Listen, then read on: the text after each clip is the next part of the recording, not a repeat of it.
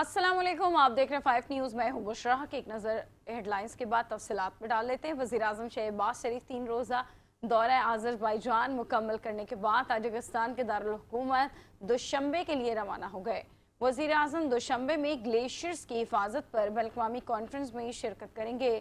Lachin के बैनुल-अक़वामी हवाई अड्डे पर आज़रबाईजान के नायब वज़ीर ख़ारजा और दीगर ने वज़ीर आज़म को रुखसत किया।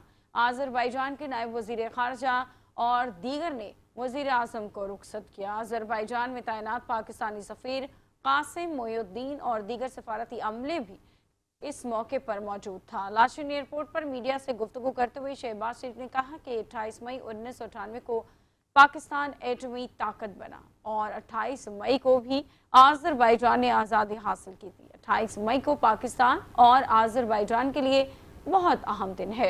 उन्होंने कहा कि सदर इल्हाम अलीयव की क़यादत में आज़रबाईजान ने बहुत तरक्की की है।